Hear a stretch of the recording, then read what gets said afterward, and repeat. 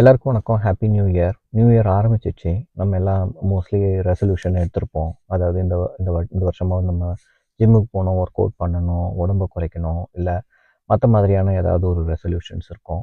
But most of the time இந்த கார்ப்பரேட்டில் work பண்ணுறவங்களுக்கு ரொம்ப நாளாகவே ஒரு ஆம்பிஷன் இருக்கும். அதை எவ்ரி இயரும் நாம் எக்ஸிக்யூட் பண்ண முடியுமா அப்படின்ற மாதிரி நினச்சிக்கிட்டு இருப்போம். அதில் ஒன்று தான் வந்து ஏதாவது ஒரு பிஸ்னஸை ஸ்டார்ட் பண்ணணும் அப்படின்றது.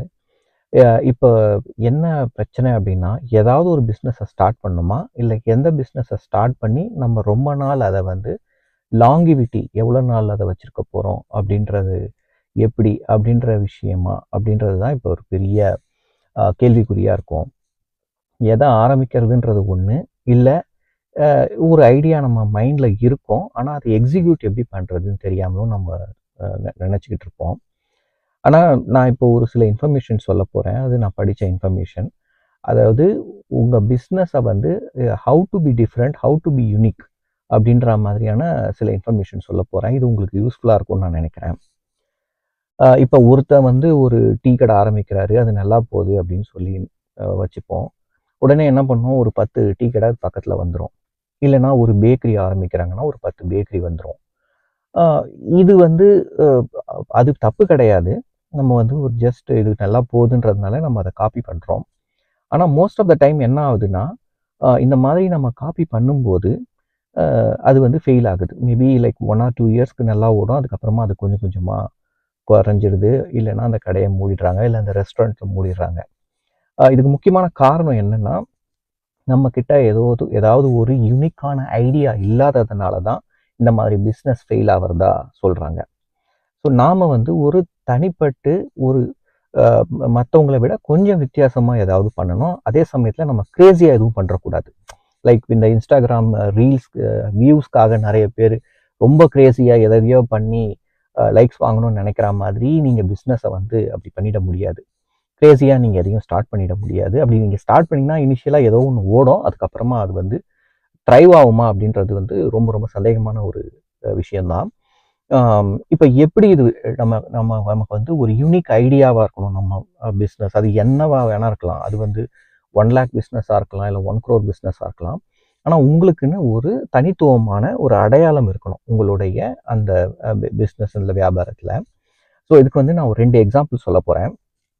ஃபஸ்ட்டு வந்து ஹேகன் டேஸ் அப்படின்னு சொல்லிட்டு ஒரு ஐஸ்கிரீம் ஷாப்பு. இந்த ஐஸ்கிரீம் ஷாப் வந்து பிராங்க்ஸ்வில் அப்படின்னு சொல்லி யூஎஸில் ஆரம்பிக்கப்பட்டது. அந்த ஐஸ்கிரீம் ஷாப் வந்து மற்ற ஐஸ்கிரீம் ஷாப் மாதிரி தான், சேம் கைண்ட் ஆஃப் ஃப்ளேவர்ஸு எல்லாமே இருக்குது. ஆனால் அந்த கடை வந்து நல்லா வியாபாரம் ஆகுது, சுத்தமாக இருக்குது. அதுக்கப்புறம் அங்கே சர்வீஸ் நல்லா இருக்குது. இது வந்து அந்த கடை நல்லா ஓடுறதுக்கு ரொம்ப நல்ல காரணமாக இருக்கிறதா சொல்கிறாங்க. ஆனால் அதுக்கு மேலே எப்படி இந்த ஐஸ்கிரீம் ஷாப் மட்டும் டிஃபர் ஆகுது அப்படின்றதுக்கு வந்து ஒரு முக்கியமான விஷயம் சொல்கிறாங்க. அதாவது நீங்கள் அந்த ஐஸ்கிரீம் ஷாப் போனீங்கன்னா உங்கள் கைக்கு ஏற்ற தொலைவில் சில கார்ட்ஸ் இருக்கும், விசிட்டிங் கார்ட்ஸ் மாதிரி இருக்கும். அந்த கார்டை நீங்கள் எடுத்து பார்த்தீங்கன்னா அதில் என்ன போட்டிருக்கோன்னா, உங்களுக்கு வந்து ஏதாவது குறைகள் இருந்ததுன்னா நீங்கள் எனக்கு கால் பண்ணுங்கன்னு சொல்லிட்டு அந்த சிஇஓட லேண்ட்லைன் ஃபோன் நம்பர் இருக்கும். ஸோ இது வந்து ரொம்ப ரொம்ப யூனிக்கான ஒரு ஐடியா. இது நீங்கள் எல்லா ஸ்டோர்ஸ்லையும் எல்லா ஐஸ்கிரீம் ஷாப்ஸ்லையும் நீங்கள் பார்க்க முடியாது. ஸோ இது என்ன ஆகுது அப்படின்னா, அந்த கடையில் வேலை பார்க்குறவங்க இங்கே ஏதாவது நம்ம சரியாக சர்வீஸ் பண்ணலைன்னா யாராவது ஃபோன் பண்ணிவிடுவாங்களோன்னு ஒரு பயம் இருக்குது. அதனால் அவங்க வந்து அந்த ஷாப்பை க்ளீனாக வச்சுருக்குறாங்க. அதே சமயத்தில் சர்வீஸும் ஒழுங்காக பண்ணுறாங்க. எந்த கம்ப்ளைண்ட்ஸும் நம்மளுடைய ஓனருக்கு வந்து போயிடக்கூடாது அப்படின்ட்டு. ஏன்னா அந்த ஃபோன் நம்பர் இருக்குது, நீங்கள் ஃபோன் பண்ணிங்கன்னா ஓனரே எடுத்தும் பேசுகிறாரு. ஸோ அதனால் இந்த ஒரு பயம் இருக்கிறதுனாலையும் இது ஒரு யூனிக் ஐடியாவாக இருக்கிறதுனால அந்த ஐஸ்கிரீம் கடைக்கு போய் யாராவது சாப்பிட்டாங்கன்னா அந்த இன்ஃபர்மேஷனை அதை மற்றவங்க கிட்ட போய் சொல்ல ஆரம்பிக்கிறாங்க. அதுவே அவங்களுக்கு வந்து ஒரு மார்க்கெட்டிங் ஆகுது. அவங்க தனியாக மார்க்கெட்டிங்னு செலவு பண்ணல.